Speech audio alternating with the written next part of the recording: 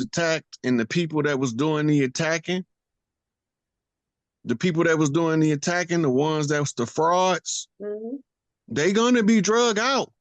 Yeah. All we got to do is sit back and watch. We don't got to do nothing. We the chosen ones. And the reason why we chosen, because we chose ourselves to accept our path to do our work. Don't nobody want to do this shit for real. Absolutely not.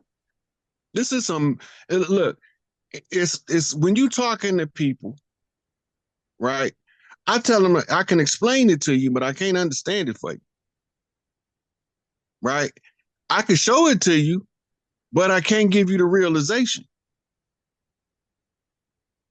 You know? And I'm fully aware that smart people sound totally bat fucking insane to a dummy.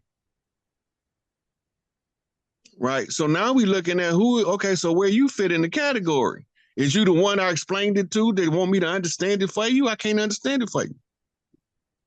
Right? Or is you the one that think I'm insane because you a total idiot?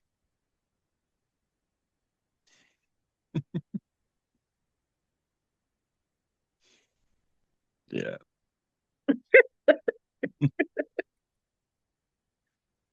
I hope someone, yeah. Did you all receive? Okay. So when we take these responsibilities on, people think this come with glamour like a celebrity. It don't come with none of that. No. This is it comes with a lot of paranoia, a lot of trying to evade things, trying to, relegate your life around certain types of, what you perceive challenges or attacks, Yeah, like you might be looking at somebody pointing a gun at you and you tell somebody next to you, he pointing a gun at me. Why you think somebody, you always think somebody trying to do something to you. I'm looking at him pointing this gun at me. No, you just paranoid. I'm not paranoid. I know what I'm looking at. Yeah. And it's the same as someone who sees a craft and one who doesn't. If your perception of reality is higher at a certain grade or hierarchy and someone doesn't see it, they will think that you're insane for seeing something that they're unable to see. Or if they're going to come up with a cognitively dissonant explanation to try to explain it away. Because they can't explain contacts. Your contacts are dirty. You fell asleep. You were partying last night. You were drinking something. So now your contacts are foggy. That's why you're seeing the glitz and glitter in the sky. And even, or, you're suffering from depression. You broke up with your boyfriend and now you just, delirious. One or the other. That's what Prince say. Let's go crazy. Let's get wild. He had a song called Delirious too. That's right. That's right. And he wasn't just talking. Well, Prince did, I personally think he didn't transition because he was doing telepathic messages years ago, but later on there was someone. He got a secondary mansion higher up in the woods in Minnesota, and he ain't coming out till this over with. Woo! I know that's right. Michael Jackson originally he had out in the Philippines, and then he bought a mansion in, I think it was Montana, in the woods. And then they tried to send some investigators in there, and his security, he had like a military style security or private military. Yeah. And they told him, you're not getting in. And the feds were like, oh, we coming in. And they was like, okay. And they looked up and there was soldiers everywhere. They were like, you know what? We're going to take a rain check on that because we remember Ruby Ridge. Yeah. We remember Ruby Ridge, and they was not as armed as you guys. So they know what's going on. They do. And they gave us enough. And also they gave us the tools and a lot of the information via their albums, especially the last ones. So if you listen to the last albums with the Rainbow Children, with Prince's last album, he gives a lot of messages, subliminal messages that he gave us to be able to maneuver through these times. Same with Michael Jackson. So big up to Prince, formerly known as Prince, and Michael Jackson. We can't play his songs because they really care about us. Dude, that's Mississippian culture, to put codes in music, to tell messages in music. I love it. I got a song called White Man's World, and he say, they tell me it's the white man I should fear, but it's my own kind doing all the killing. Hello. It's the He black face. telling you right there, they look like us, but they not us. I agree. I And agree. if anybody didn't get it, to DMX came right behind him and said they don't know who we be. But that don't mean we don't know each other. Yeah. Like But I don't know ODB is Chief that's why Crazy Horse. that's why they lump us all together, and people don't realize it's purposefully done so they can get the agents in there and they can place them strategically around you. They'll sound like you, drink like you. One thing I know, this is what I found out, is because a lot of them aren't rhythmic. That's another something I found out. They're not rhythmic because they're not connected to this terrain. So a lot of them are just non-harmonic. So they'll do things that's off, like things that are not, like you'll look at them, it's like the movement will be off, the way they drink is to be off, the way that they say things or think is off. It's not harmonic. So, because I don't know if they're geoengineered, they could be cloned, they could be syntheticas, or they could just be part of that non-harmonic clan that doesn't come from here. So the ones that, like, I got a friend living in Grand Rapids right now named Fadia. Fadia is from the Mindi tribe in Africa. When I was locked up, like, I know all of the guys that's around me is from here. I can tell by, the energy, demeanor, everything. Fadia come walking out the building because they wanted me to meet him. As soon as he came out, I said, "Who that nigga? He ain't one of us." The whole yard stopped and looked at me like, "How you know he ain't from over here?" I said, "That nigga not from America. I don't know where he from, but he ain't from here." So they called him over there. He sat down at the table. We started talking. I said, "Man, where you from? You ain't one of us. You ain't from over here." He said, "No, I'm from Africa." I said, "You don't talk like no African." He said, "That's because I was raised over here, but my mom and my daddy's from Africa. I'm Mindi from Africa, from Sierra Leone." I'm sitting there looking at him like, they just shocked that off sight I knew he wasn't one of us. Well, you could pick up on the frequency and the vibration's totally different. Yeah. And he kind of turned out to be one of my best friends too. Good. Yeah. But it's good to we recognize. talked a lot because he was curious about how I was able to tell that he wasn't from over here. Because I was the first person that had said it to him. I said, "Man, I know my people wherever I see them at, and I know who ain't one of us." It's true. It's true. Not everybody, well, they could, maybe they don't say it, but some people may be muted and can't necessarily register it. But if you're with a certain state of awareness, you'll always know when people outside, even if they look like you they're not connected to you genetically. And I always say to brown people who are suffering from Stockholm syndrome of thinking all brown people are them, I say, does a German think he's a Dutchman? Does a Dutchman think he's a Frenchman? Does a Frenchman think he's from England? Does an Englishman think he's from Norway? No, they're very different. They have different, even if they look alike, they have different genetic coding, different imprints, different vibrations, different cultural bases. The only people that they lump together as brown people, and that's purposefully done so that we keep people in our mix that are our enemies, and that we're never able to really register when an enemy's close to us because they always make them look like us. I always tell people on the line, the biggest and most baddest wolves in my life have always been women of color who look like me. They don't send other women to attack me. They'll only send women that look and have more of a similar phenotype so that I'll be sublimed with being able to register if they're my enemy or not. Yeah. And occasionally they throw one in that looking like a man. She looking like a man. But anyway, somebody put in the comments, all kinfolk ain't skinfolk. All skinfolk ain't kinfolk. Our ancestors was telling us that for a reason. Yeah. Yeah. That's not just a catchphrase. No. Because the George Washington challenge said at the end of 200 years, we not gonna know them from us and us from them. What side of the water we from and what side of the water they from. Absolutely. That's why it's good to know vibration. Vibration, your vibratory family is your kin. You have to recognize that. And if you aren't able to do it because you're not harmonic enough, you're doing, if you always have disharmony around you, it's going to be hard to recognize an enemy because you're going to be used to that disharmony. So it's always good to have, even if it's one or two people, you don't need to have a posse of people. You just have to have one or two people that are kin energetically. Culturally, we love to be around each other. Culturally. We do. But when this war was waged against us, it made us hate us. And as Bobby Hemming would say, niggas and flies, niggas and flies. flies. Flies eat shit, niggas tell lies. The more I'm around niggas, the more I like flies. But this goes back to what's really going on in America that most people can't see with the naked eye. You got two groups of melanated beings fighting for America. The ones that's from here and the ones that ain't from here. That's right. If you notice, all of these yeah. high-ranking pink folks is aware of the conflict, so they try to steer clear using racism as they shield to keep the that keeps the two different groups that's at war fighting each other in their own community, right? And then they get to reap what they call white privilege of staying out of the conflict. Yeah. But white privilege don't answer for poor white trash.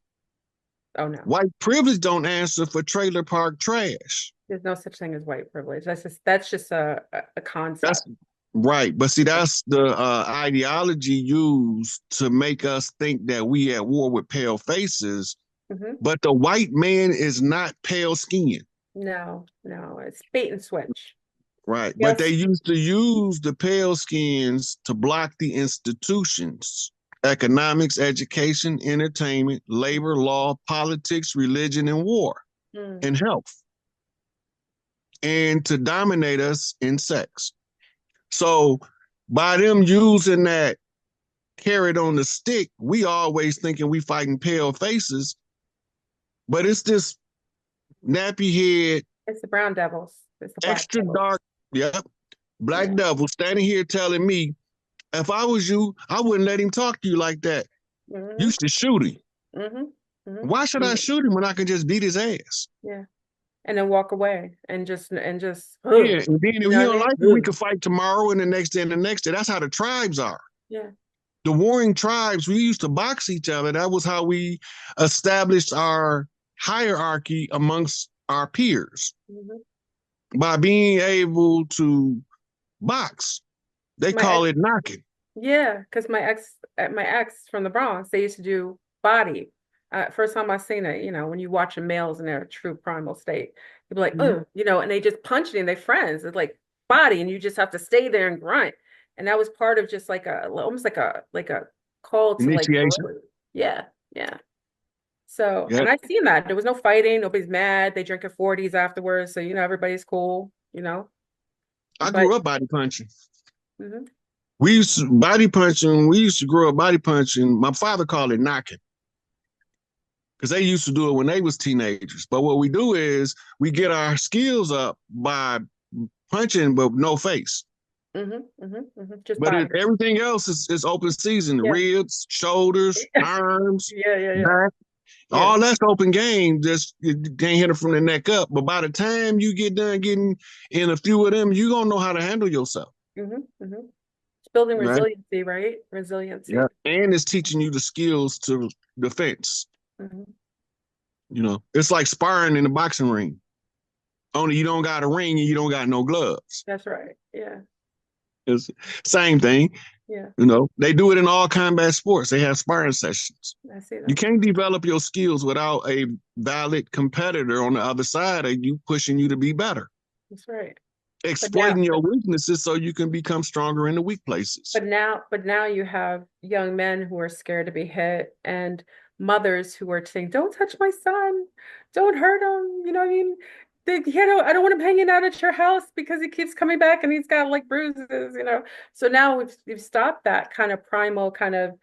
I think it's like training, and it's males and females training is different and at different stages of life. And I think our young men, the training that was done from pubescence to puberty has been stunted based on all the social cueing, feminization of the boys, lowering their resiliency to pain, also, what I mean? So it's not the same. In Cali, they say run that fade. That's right. Run that fade. You got a problem with me, run that fade. Yeah. Right. Look, the third chief of the big three was Larry Hoover. He is the one who's supposed to give the reports. They call him the chairman of the board for a reason. His job is to report to the public He's supposed to be reading like the State of the State address that the president give for the tribes. That's Larry Hoover function. That's why he locked up. He ain't locked up for nothing he did. He locked up because COINTELPRO knew who he was. Status, yeah. And also, from what I heard, and I want to verify this with you, I heard that it's kind of like there was a scene in Malcolm X's movie where they were standing outside the police. I think you know what I'm talking about, the police precinct, and Malcolm X was standing, and they just stand uniformed behind them, right? And and when it was time, he told them to disperse, and they just walked away. And the Lunar Man was like, no black man should have that much power. I understand that Larry Hoover was a reference to who he was as a leader and as someone who had the ability to command his tribal base, but not even that, just multiple different people would have his respect and would come in his command. Because I heard they isolate him because they think he has some form of telepathy that controls the other men, because every time they let him out amongst the main population, the men of all backgrounds, doesn't matter what it is, literally just gravitate towards him and not bend, but yield under his command. Is that true? Well, you got to go back to 1974 when the great LSD treaty was formed. And the Brothers of the Struggle was born. Okay. Larry was good friends with Angel Bay Jeff Ford. They've been friends since teenagers. Okay.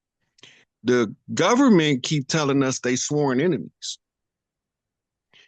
And Larry inherited his spot as Solomon from King David, king of all kings.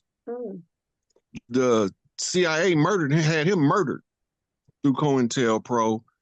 And so now they worry now is that one of their children is going to come up and take up that banner. Right? So they worried about Prince Wakita. They worried about the older Larry Jr.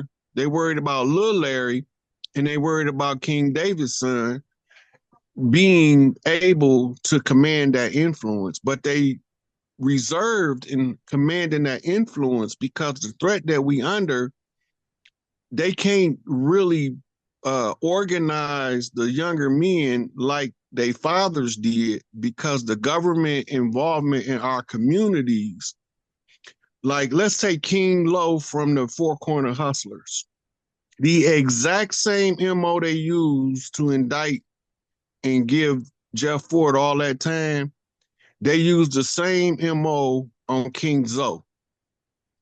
They sent in a guy to sell him a rocket launcher because he was beefing with the police. The police has been our enemy the whole time.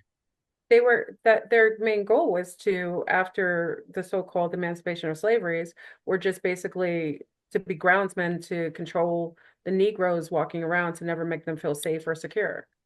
Right. So they started off as slave patrols. Exactly. So what do you do with all of these jobs of slave patrol if you change the system? Remember, they follow something called uniform commercial system. The appearance of legitimacy comes from the wearing of a uniform. Right? So now you got the Postmaster General in a uniform, and all of his cronies, called mailmen, is wearing uniforms. The gas guy coming to check your gas meter wearing a uniform. Everybody wearing a uniform. It's to give the illusion of legitimacy, straight out of the book The Prince by Niccolo Machiavelli. You put the shiny objects on their shirt to make them look more important than the rest of the people. Amplify their purpose and visual. Right. Yeah. Now that gives rise to the psychological study on the obedience to authority. That's a book reference, by the way, called Obedience to Authority.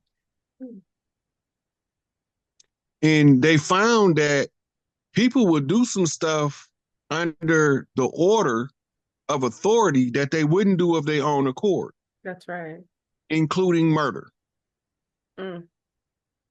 Now they got what they call Manchurian candidates, where they bypass the conscious mind using hypnosis based off Dr. Estabrook's hypnosis programs, right, to activate a sleeper to commit a crime, and the government hands look clean. Those are called cat's paws.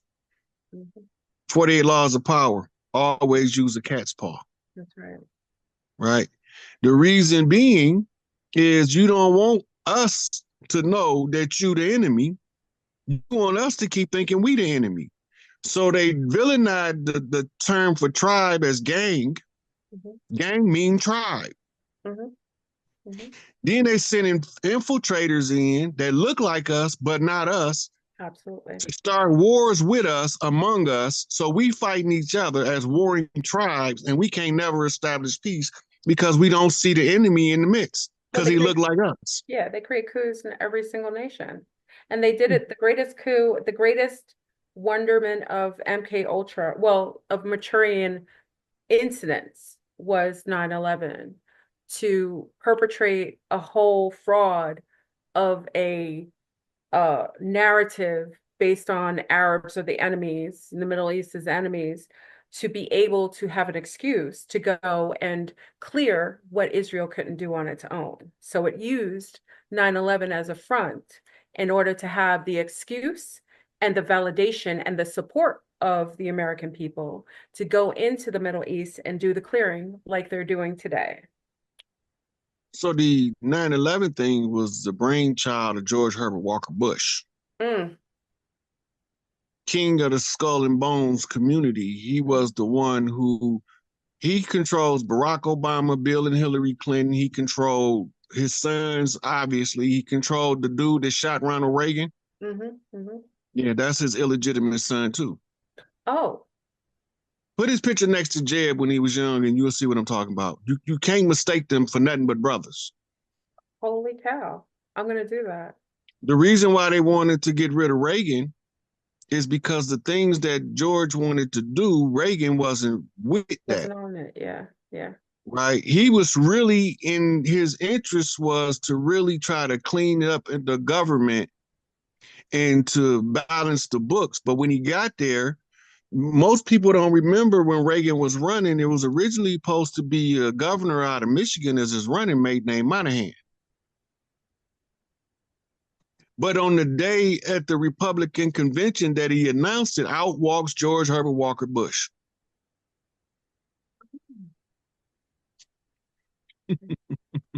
Isn't it he kind got of like his power from the assassination of JFK. He oversaw that as a CIA operation. Absolutely, because JFK was going to talk about the power that the what do they call it? The APAC. Well, they weren't called APAC at the time. That there was, you know, money and things being facilitated and foreign powers having more control and influence over political parties. So Kennedy was going to cut off some of those lines and separate the foreign entities, what we call Israel today, from having any influence over American politics. And lo and behold, he just happens to be assassinated. And the person who replaced him was fully in line with everything that Israel would like and had instituted to make sure that they had a hand in politics. And not only that, each person in a political political position had an APAC representative always come and greet them once they come into that position. So because he was Catholic, the Pope sent him Jesuits. When the Jesuits left, he came out and he did a speech called Separation of Church and State. When he got, I think that was after he gave the one about the secret society taking over the government.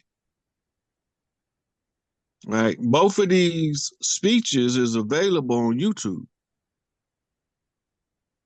Now, there was more than one reason JFK got assassinated. One is silver certificate notes. He had reissued the silver certificates trying to do away with the Federal Reserve banking system and reinstitute the United States Treasury. Because each of the dollars back in the days, for those who don't know, used to say it was worth a silver coin. And that was wiped away. All those bills were taken out and phased out. Okay, that was one set of enemies is international bankers. If you want to know how they cut, get a book called Confessions of an Economic Hitman. Yes, yes. Which should be in everybody's archives. Yes. Right. Okay, now the next thing is the mafia, who his father was a Irish mafia man, had made all these deals with the Italian mafia and the Jewish mafia that they helped him get his son in office, that he would grant them favors. Mm-hmm. When John got in office, he said, I'm not granting them no favors. They crooks. Mm-hmm. Matter of fact, Bobby, get them. So now he didn't sign the death certificate of him and his brother unknowingly at this time. Absolutely. Okay, question. now. Question. Yeah, go ahead. What is your perception? Because there's a whole group of people online saying that Kennedy never died. Again, it was kind of like a fake death. But I think Kennedy, the original Kennedy, died, was assassinated. But his son, the one who died on the plane, that was a fake death. That was a whole psyop there. Yes. Yeah. Okay. But JFK had a lookalike. He had a double. He actually took a picture at the White House with his double. Oh. And you can actually. Yes. Okay. I can remember. Yeah. So the reason why people think he's still alive is because just like you got people that's against us, you got people that's with us. Mm-hmm. Mm-hmm. And they believe that they allowed that process to play out in order for us to be able to redeem later, right? So what happened after the assassination of JFK? LBJ got in and he signed the Indian Civil Rights Act. Mm-hmm, mm-hmm, mm-hmm. Right now, they know that over time they can diminish the power of the Indian Civil Rights Act, and what they produced out of that called affirmative action by declaring other people as what they call minority groups. Mm-hmm, mm-hmm, mm-hmm. Taking it further from their indigenous. Right. So when it was for the Indians, we thought it was Black civil rights. It was the Indian Civil Rights Bill. Mm-hmm. Okay, now the first people that came in using those that wasn't us was Hispanics. After the Hispanics came the Asians. Yeah. After the Asians came the Arabs. And wait, let me just stop you there because people need to realize that most universities, even though they say that Black people take up most of the affirmative action, in all of the colleges, most of the people taking up a lot of the scholarships for minorities, majority of them who benefit from it are Asians, Arabs, and Hispanics. Just FYI. If you look at the number of brown people going to college based on some of the scholarships that are for minorities, it's nil compared to all others. That's why when they just pull back from some of these scholarships and these minority laws, the Asians got hit the hardest because they were benefiting the most. Go ahead. Then the next group in the 80s that came in was gender groups. Oh, yeah, yeah. Fighting for something called gay rights. Mm-hmm, mm-hmm. Right? Which was part of another agenda of the pedophile priest cult that hired a group of retired military generals to write a rollout program to normalize their lifestyle. Mm-hmm. Now, I'm just saying this as a statement of facts on the record. I don't care what somebody do in their bedroom as long as they ain't trying to do it in the bedroom with me. Oh, that ain't my business. But the reality of it is the influence on the children is the problem. Absolutely. Right. It was never to par, that was never lumped with children initially. That's how they got it in.